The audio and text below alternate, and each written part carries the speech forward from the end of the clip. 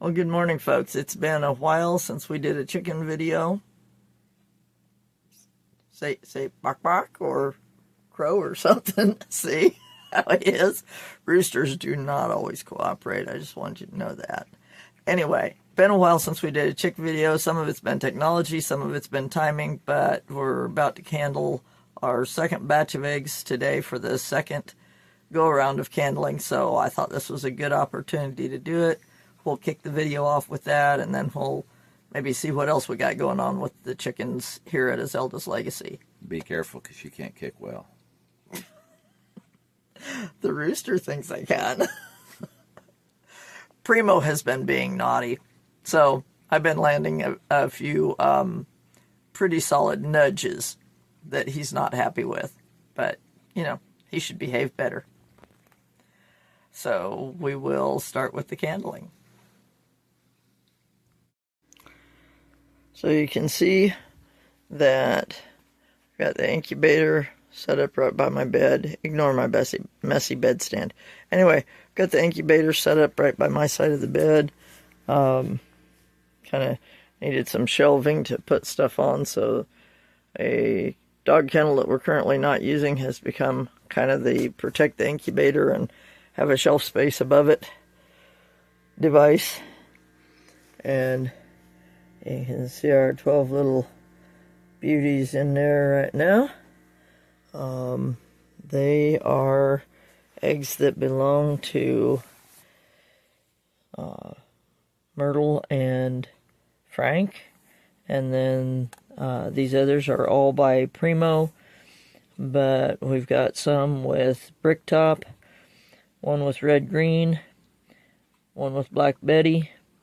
A couple of them three of them from the Kreitlow girls, and then one from Bitsy, which was just kind of on a whim, because Bitsy is one of those production reds. It may not run true, it may not throw eggs worth a darn, but since we knew exactly whose it was, happened to catch it at a right moment that we knew it had to be from her, I said, what the heck, let's go ahead and throw one of hers in there and just see how she does.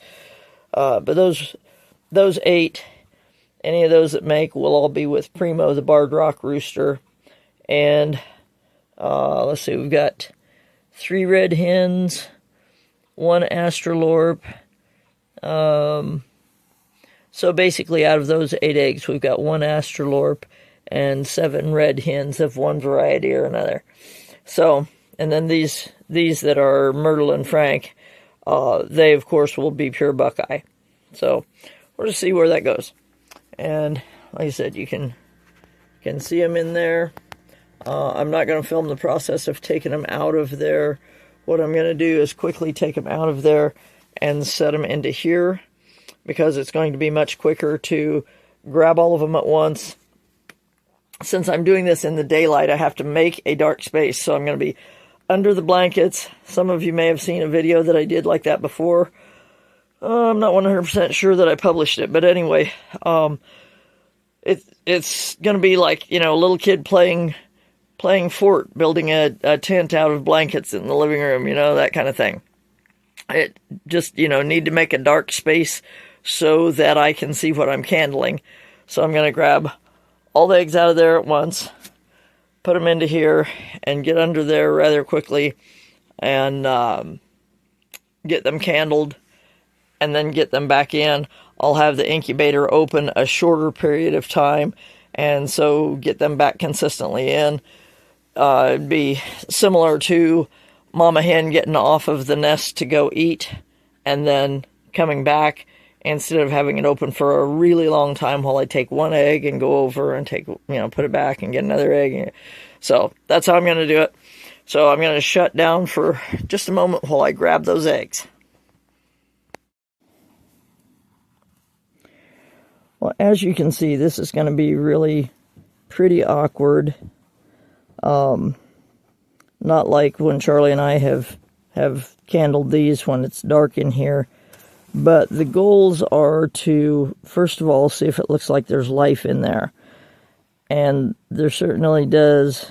appear to be life in this egg.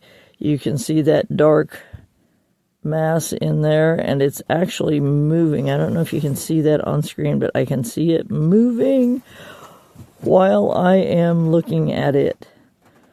That's pretty cool. The other thing will be to mark where this, you see my finger that's moving up there, that lighter space is the air bubble. And so the other goal will be to mark that.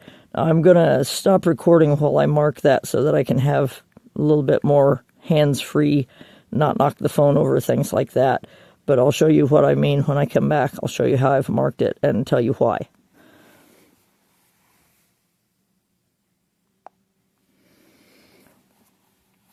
Okay, now if you can see, let me get the light where it's not quite so bright on there, but yet shining on there. Well, that's tricky. Let's do it that way. Well, it's pretty much of a glare. Okay, maybe just outside of the light over here you can see a little line where I drew the circle of where the air pocket is. Something I didn't know last year, something I just learned with this last batch. Actually, after we finished the last batch, I read this. If you know right where that air pocket is, then let's say your chick pips the egg, taps its little beak through clear down here when the air pocket is up here. He needs to get up there. He needs to be up there by that air pocket. His first little pip needs to be into that air pocket so that he's breathing good air. So if he has pipped down here, he might be in trouble.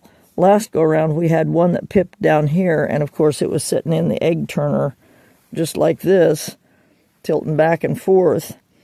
And then when it came time to lock down the incubator to let them just sit those last few days, we should have removed the turners, but we didn't realize that. So it sat like this. Poor little guy pipped out down here, and then he couldn't get any further. He was in trouble, and he was an egg that we should have helped. Fully formed chick, but he couldn't get himself out. And you're not supposed to help get a chick out of an egg, but once in a while you have to figure out when those rules have to be broken. And that was one of those times. We might have saved that chick if we had realized. But since it was sitting like that, we didn't even see that he had pipped. So, lesson learned. And we will take the turners out this time and just lay the eggs down like that. Because after all, underneath the mama hen, they lay on their side like that. So it would not hurt them at that point. So, that's egg number 1. And what we're seeing is that it is definitely a fertile egg. I will wait and figure out the fertility, that's a column way over there, when we actually get to hatch date. But for now, I know it's a good egg, so I'm going to put me a little mark down there. And as I said, I'm probably not going to film absolutely everything, but I'll do a couple more of these. That was a myrtle egg. This is also a myrtle egg. So I'll do a couple more of these, and then we'll shut down the camera for a little bit and just hustle through them and go on to other things with our video. Trying to get that where the light actually shines through some. Trying to get it actually on the view screen. So that would be good. Without blinding y'all. So I'm seeing a lot of dark mass in here.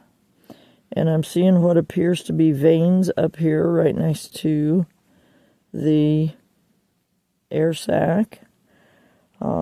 I don't think that's a blood ring. I think that's just some good veins.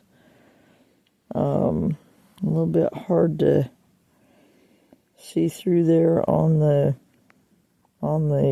camera. But again, I'm seeing a lot of dark mass in there that would indicate there's a chick in there that's growing and getting bigger. And I'm seeing, you can clearly see that edge of the air sac there. And see, I don't know if you can see it on the screen or not. Can you see a line right there? That's a vein. That's a blood vessel. So I think that's a healthy chick. So again, I'm going to pause the camera and mark that air sac.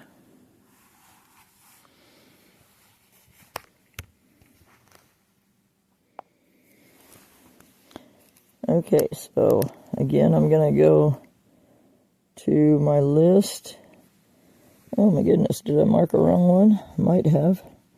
I did. I marked the wrong one. So this one that was laid on the 28th is a good one. This one that was laid on the 20th is a good one.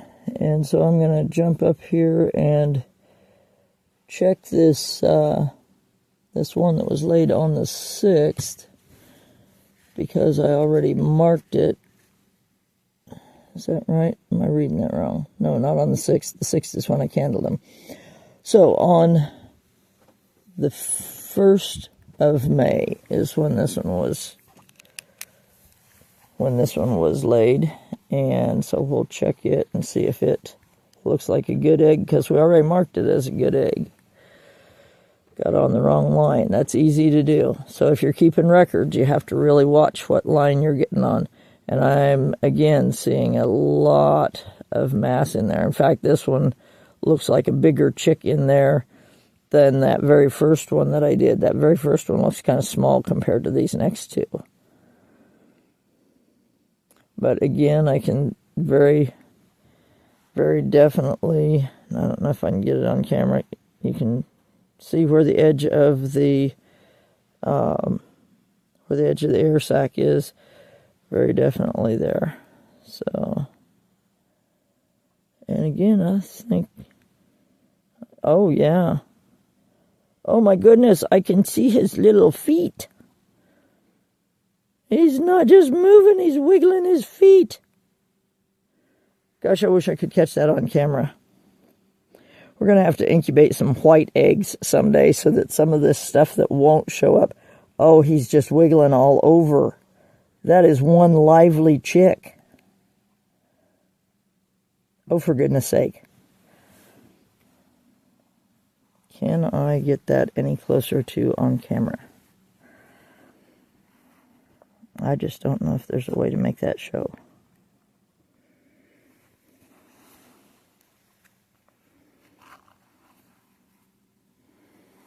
I don't think there's a thing I can do to make that show. But he is wiggling all over.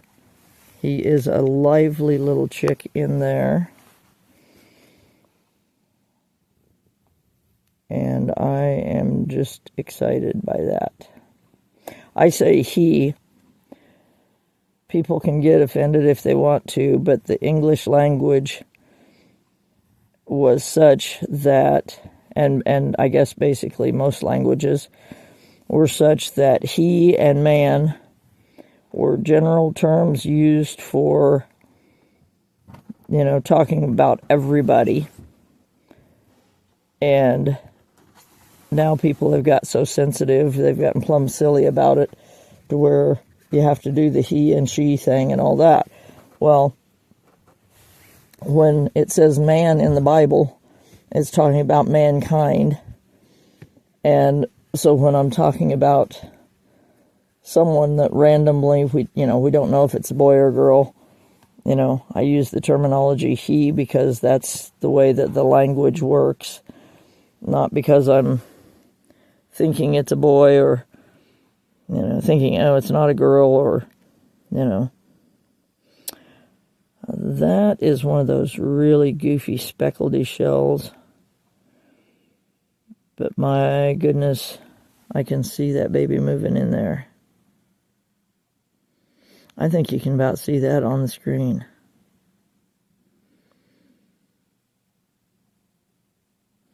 I am not moving the egg at all. So any of that flickering that you're seeing, that's that chick moving. Wow. Just took a little bit lighter colored eggshell, a little bit smaller chick so that you could see the difference in there. So all all 4 of Myrtle's chicks are live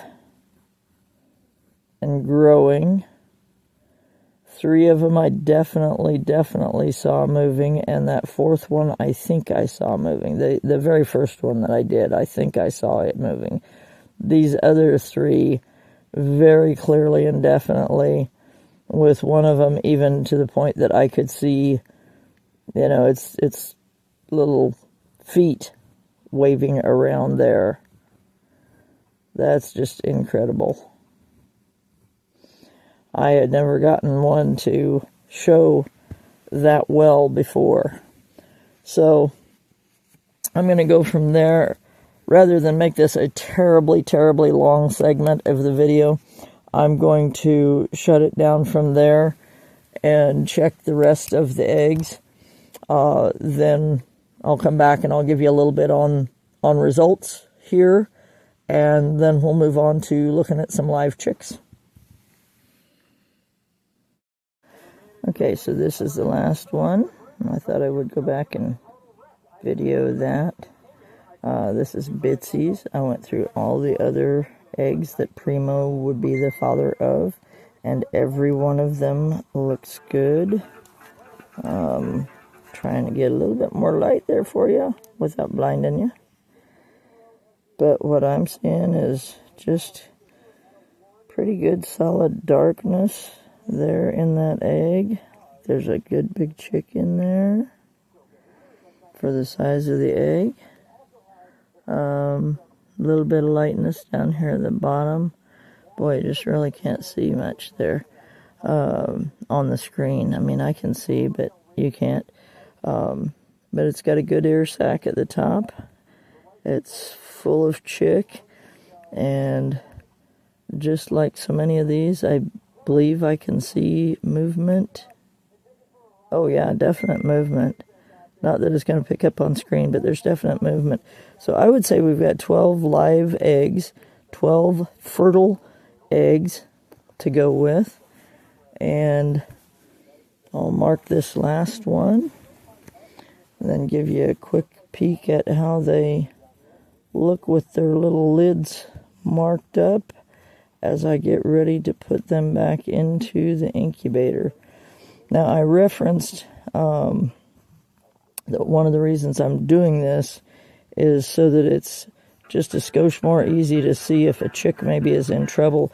Charlie has done a lot of reading up on when to help and when to not, because, quite frankly, he's the guy that has been here awake with these eggs during the times that I'm sleeping or times that I am gone to work.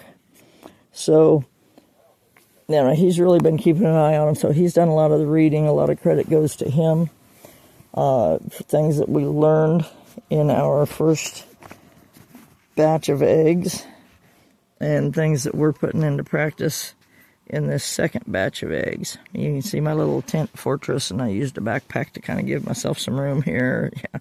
But see, I've marked all their little tops. And like I said, every one of them seemed to have a live chick in it. So pretty exciting. And we will move on to some actual hatched out chicks next in the video. So I'll just quickly add this little thought here too.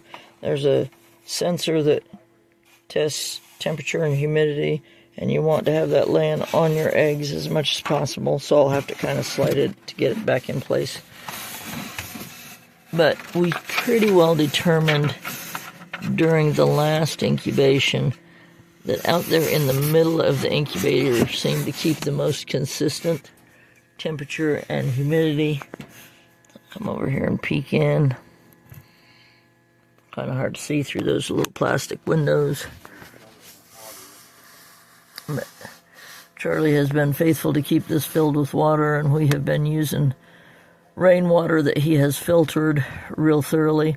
But you can see that little hook shape, that little black hook shape that almost runs up between those two rows of eggs. That's that little monitor that I just showed you. So that follows the temperature and so forth for us, and then this reads it out to us 53% at 101 degrees, and that temperature will settle a little bit after the lid has been on it for a little bit. It'll settle back down to about 99 or 99.6, something like that. It tends to run. When we get to the days where it's locked down, in other words, the days where we have pulled the turner out and we don't mess with the eggs, we don't lift the lid, we don't do anything, we just wait for things to hatch, we'll close up. There's little vent holes here. We'll close up as many of those as we need to raise the humidity, because they hatch better with higher humidity. They incubate better, grow better with this around 50%, but they want it a little bit higher to hatch, because once they start cracking that shell, you don't want it to dry out, or that little membrane that you see when you crack an egg, that will just kind of glue itself to them, and it just kind of traps them like they're wrapped in a mummy wrapping. And we can't be having that. So, and that's one of those things where you have to help them if that's getting dried out. So you really want the humidity to stay up there so that they can help themselves. Okay, now it's time for new chicks. Well, I'm out here in the warm room, which doubles as our brooder room. So I'm going to show you youngest to oldest of what's here in this room, and then I'm going to show you a couple of little medical difficulties that we got going on with two of the critters in this room. So we'll start with turning the camera around and showing you a couple of things. Well, that is a very empty kennel, so I guess that would be the 0 age group. Actually, that's most recently been a hospital kennel, if you will, a clinic kennel. One hen that's got been fighting bumblefoot that I've been keeping in there, so it will have to have it thoroughly cleaned out before anything else goes in there. But it has to get done. Those girls have gotten moved on outside, the one with bumblefoot and her sister, because these little darlings need to go in there. And you see they're stopping and listening because they really like people. These three are very friendly. And let's see. This one over here is Tennessee, the one that just walked through the middle of everything. That's Tennessee. And if you want to know where the name came from, look up the song Tennessee Birdwalk. Then this one over here looking up at me, this is a full-on sister. Those are both from Frank and Myrtle. Then this little gal over here is from, so they are both Buckeyes. This little gal over here is from Frank and Bricktop. Bricktop is just a good old red hen. We don't know, and they're playful, we don't know exactly what her breeding is, but she's just been a very good, steady layer for us and a take charge kind of a gal. So I'm hoping that this one will turn out pretty well the same. And it is by Frank also, so it's got some of the Buckeye blood in it. Let's see, they flitted around and got switched around. This one's the one down here. So Bricktop Jr., I guess we might say at the moment. I don't have a name for it, really. At any rate, hoping it turns out to be a pretty good little hen. All of them seem to be little pullets, so they'll grow up to be hens. But we need to get them out of this brooder so that those eggs that are hatching about a week from now will have a place to go into. So I've got to clean the kennel, then I've got to come in here and clean these guys. So that's 3.5 weeks of age. This little guy over here is 4 weeks of age, and he's one of my medical difficulties, which I'll come back to that in a little bit. But right at 4 weeks of age. This one doesn't look bigger than him. The problem with this one is that it is crossbeak. I'm going to show you its siblings, if you will, ones that came in the same batch with it. This is 5.5 weeks old, and this is 5.5 weeks old.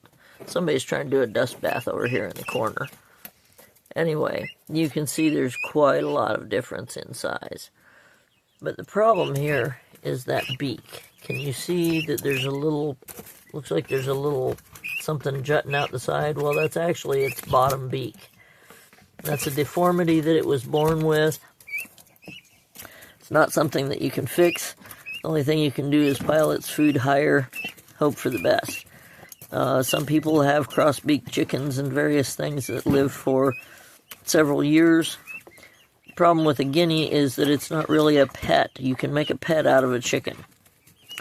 Making a pet out of a guinea would be a tough deal. They're not terribly friendly, easily domesticated. So that's something that can't be fixed. The jaw structure forms as part of the skull, and so it just is what it is. Now this little guy over here, I'm going to pause the camera and pick him up, and then I'll show you a couple of things with him. And at 4 weeks, he's fast catching up with Mr. 5.5 week runt. So, okay, pausing. So this little fella is trying to relearn walking. If I can get a right angle here, you can see that he's got his feet bandaged up. A lot of times splayed legs and or curled toes will be a situation at birth. But this guy kind of got dogpiled on by bigger birds. He got put in with the chicks because the one little guinea Keat that we got along with him was so small, so tiny and weak, that it up and died the first night. We hadn't paid anything for it. We're not mad at anybody. We're not saying anything bad about anybody. Just, it is what it is. So this little guy having no companionship, we put him in with the chicks, and he seemed quite happy. But somewhere along the line he got dogpiled on, or maybe he got his foot caught. You saw the bricks that I had in there to kind of divide the eating area from the bedding area. Got doing that as they got big enough to kick a lot of feed out. Well, he apparently kind of got caught in that at one point, or he got dogpiled on or something. So he's got his little feet, instead of being splayed out like that, were very much curled over like this, and his little legs were splayed way out to the side, so he just wasn't right. But I'll need to go through and replace those bandages. I'm not sure if we can get a good shot of him there, kind of. You see, I've got his toes all spread out and medical taped to a little flat piece of cardboard that I just cut out of a cardboard box, like a cereal box, and then a strip of medical tape holding his legs together to kind of give him a proper stance. Well, of course, you see that piece flicking out there to the side. That medical tape's only going to last so long. So I'll have to do it again. And splayed legs, fixing splayed legs, that's something that you can Google or, look up on YouTube and if you're interested in more about it. But basically, there's hope for him. And when he is fairly calm and is actually on his feet, making a little bit of progress, I will put him back in with this one, because they are both much more calm when they have company. But we didn't want him to get tromped on all over again just as he's trying to heal up. So there's that. And for the next batch, see, we've hit 3.5 weeks in the blue tote that need to get moved up to here once this is thoroughly cleansed. And we've got our little 4-week-old medical patient. And then we've got our 5.5-week-old healthy guys and our 5.5-week-old crossbeak. So we've covered everything in here. And the guineas, by the way, we have them for eating bugs. Not really worried if they ever lay any eggs. I guess the eggs they lay are small. Sometimes they just randomly lay them wherever, so, we might not even find them. The last guineas we had, we really never did figure out whether they were hens or roosters, or if that's even what they actually call them. But, if we end up with some eggs, We'll probably try to incubate them because they are great bug eaters. They really, really cut down our population of ticks and Japanese beetles last year. So that was a blessing. So we have these guys on purpose, even if they cost a little bit more, a little bit harder to find, and won't necessarily be egg layers or friendly even. So anyway, that's that for here in the building.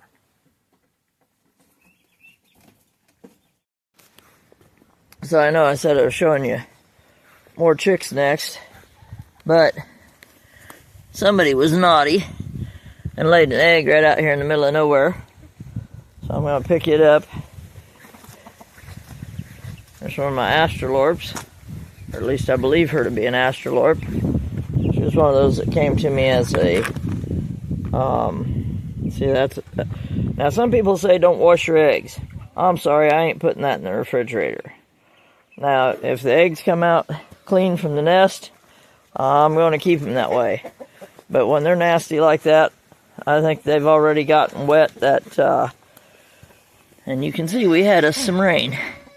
But that egg bloom, as they talk about, that's already been compromised. Oh, chick, look here. Chick. Chick, who wants a treat? Chick. Somebody wants it. Chick. Chick.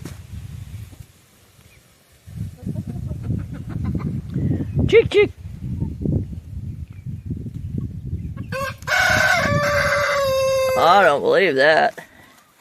Red, green, there's a worm here. Nobody else wants it.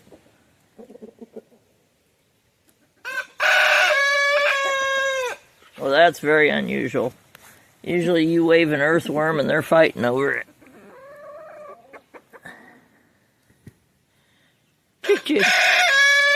They're waiting for that feed that I brought out. The food ends generally will. Well, if I could hold on to it long enough. I think these dang little ones definitely will.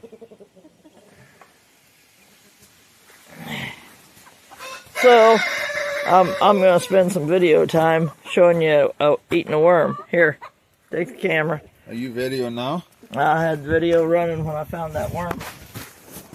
This yard's a sloppy mess. Whoop! It's gone. And they run. It's like giving them Candy. Giving them the June bugs. Oh, yeah. That's like candy to them. Definitely. Well, let me get my hands wiped. And am I blocking it? No. And that naughty guy thought he'd sneak up on the backside of me while I was getting food bowls. He's a pretty thing, but he's getting ornery. So, there may be a stew pot in his future. I hate to say it. He's a nice big bird, and he does a good job by the ladies.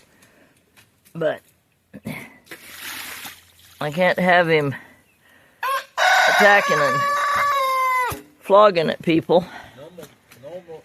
Normal myrtle egg. Cool. You see that nasty one over there? I was laying out here in the middle of the yard. Right about there. That's You see all this water we had?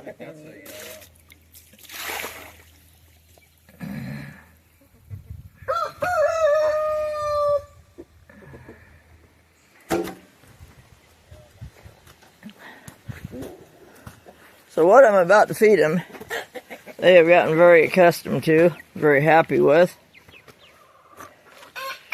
Kind of a mash. Basically, it's a fermented feed.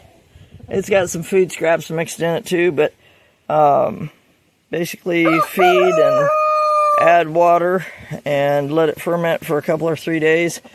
There's supposed to be some health benefits to the fermentation aspect of it, but the big benefit that we're seeing is that they don't leave all the little dusty crumbs that they otherwise will not eat. So we're trying to especially use up the crumbled up, crumbled down to dust stuff when we make this from now on. And basically you stir it a couple or 3 times a day so it's not getting nasty and dry on top or going moldy or anything. But you serve it after about 3 days of fermenting. Don't really want to keep it around a lot longer than that, and there again risk getting moldy. Anyway, that's what these little ones are eating up, and that's what I said I was going to show you next. They are 9 weeks old. They are all the same breed. They are black sex links.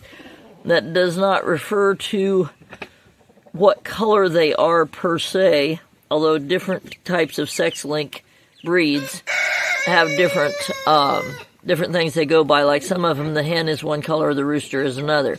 But with the black sex links, there's a little white mark on their head if they're roosters. Whether they're the gray or the black, they'll have that little white mark. And we think we came out pretty good. We think out of 7 chicks, we ended up with 6 that are hens. So there's that. Charlie's getting some water in there to him.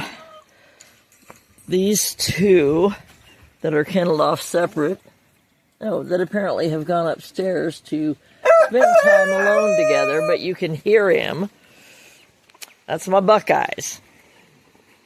And they were our chicks from last summer. Our first chicks. See what a big guy he is? He just kind of fills the coop. And she's back there in the shadow somewhere. So, with that, I'm going to wind this down. We may think of another thing or two to say a little bit later. I may hand Charlie the camera so that you can watch the chickens run around, follow after me as I divvy the food out into their various pans, because they will. It's like Pied Piper. There comes Myrtle. That's a pretty girl. Pretty muddy girl right now. Everything is muddy. So, here, Charlie, I'll let you have that for just a skinny minute so you can see him doing the Pied Piper thing, and then we'll call it good. Chick, chick.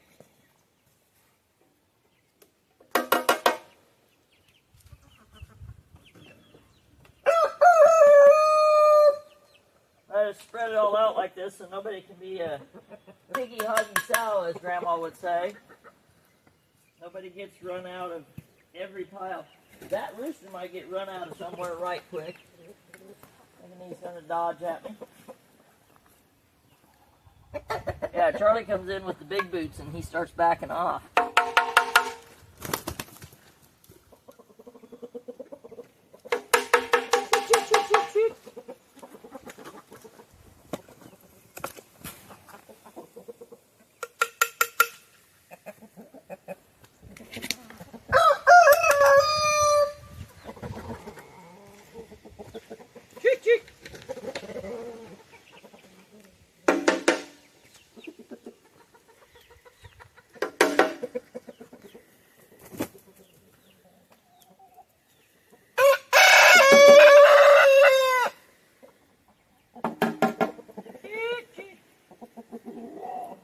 That's pretty bricked up.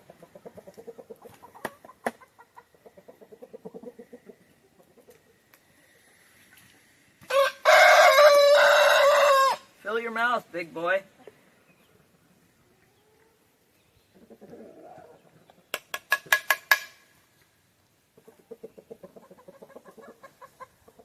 I don't know if they're all in here. 1, 2, 3, 4, 5, 6, 7, 8, 9, 10, 11. I don't see Schroeder. 2, 3, 4, 5, 6, 7, 8, 9, 10, 11, 12. We should have just Schroeder, because there's one in here.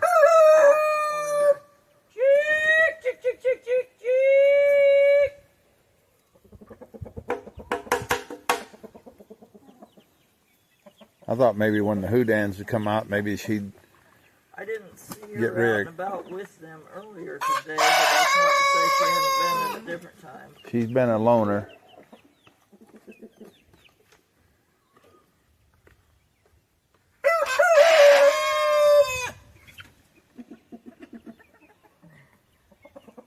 So these two speckled hens, these two hoodans, are the ones that we were talking about.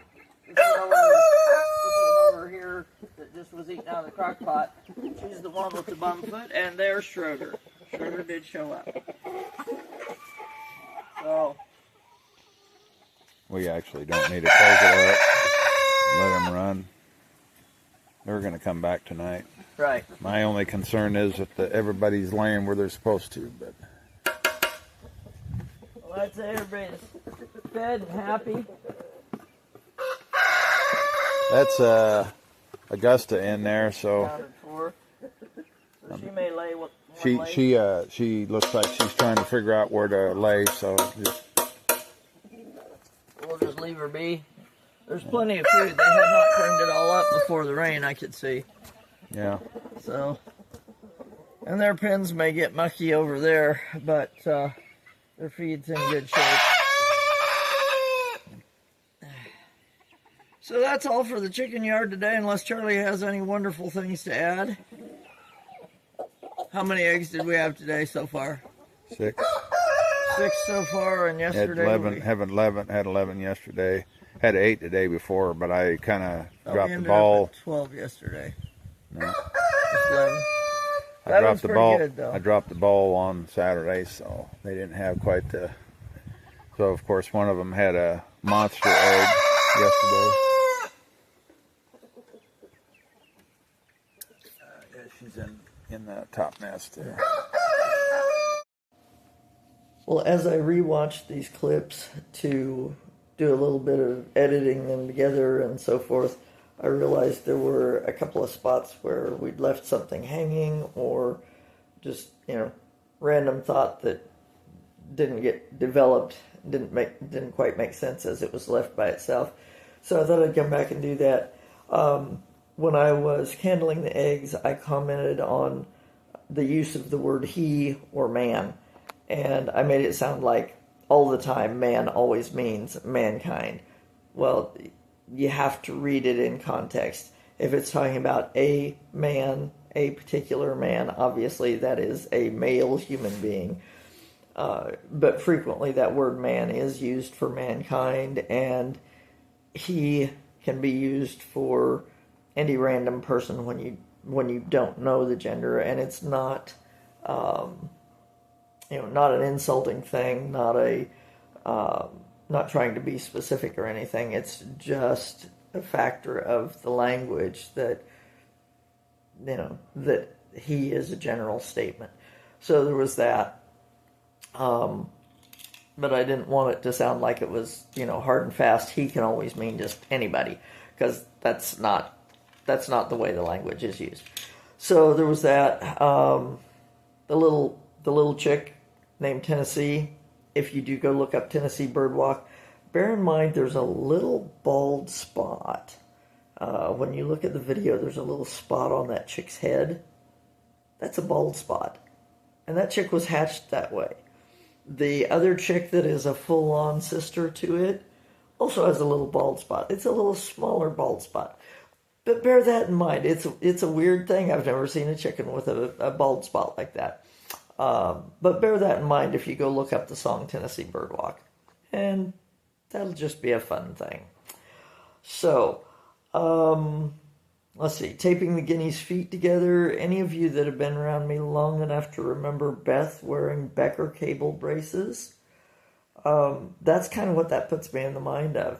Those little Becker cable braces just held her feet a certain direction so that her legs could strengthen and the bones could form and set in the right direction and the right angle.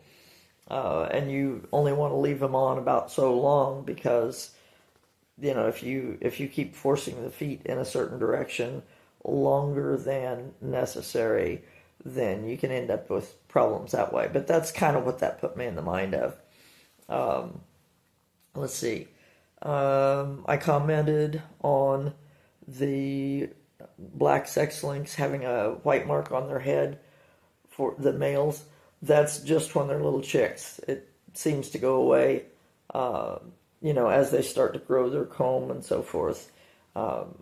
So that's, like I said, each breed is going to vary, but they have certain on these breeds that they call sex links, they have certain markings or certain colorings, so that you can go into a place, and if you're going for that particular breed, then you can easily tell which chicks are male and which chicks are female by the way that they are marked or colored from the hatching.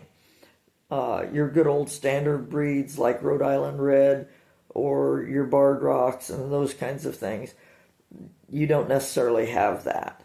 But these others are hybrids that they've worked out, and it just depends on what you want. Personally, I'm not real interested in having hybrids. I would rather have the old standard breeds. Picked these up because they were a good price and they'll be decent layers. We don't have to ever hatch any chicks from them. They're kind of like the production reds. They're going to be a decent layer. They're going to live a decent lifespan. The Isa Browns, it seemed to me like they were just bred for a really short lifespan and a really high production rate. And to me, that's just not right. That's a little too intense of, trying to just make a machine out of the bird. Whereas with the production reds and the black sex links, what I've read on them seems like it's a little bit milder breeding program, to where you come out with a chicken that's maybe a little more productive, but it's not so intense that you sacrifice the health of the bird. So those are just kind of some thoughts, my opinion on the hybrid situations. Let's see. Charlie and I were commenting on the egg production being kind of up and down right there at the last of talking in the barnyard, or in the chicken yard, I should say. And sometimes it is from, some particular thing where one or the other of us dropped the ball on something, whether it's feed, water, whatever. One thing that's going on right now, we reintroduced those 2 houdans to the flock. And that seems to be, the pecking order's got to resettle itself. Probably would have worked a little bit better if we'd had a spare coop out there that we could have put them in, where they could reacquaint with the flock through the fence, rather than just, plopping them in there. That random egg laid out in the yard,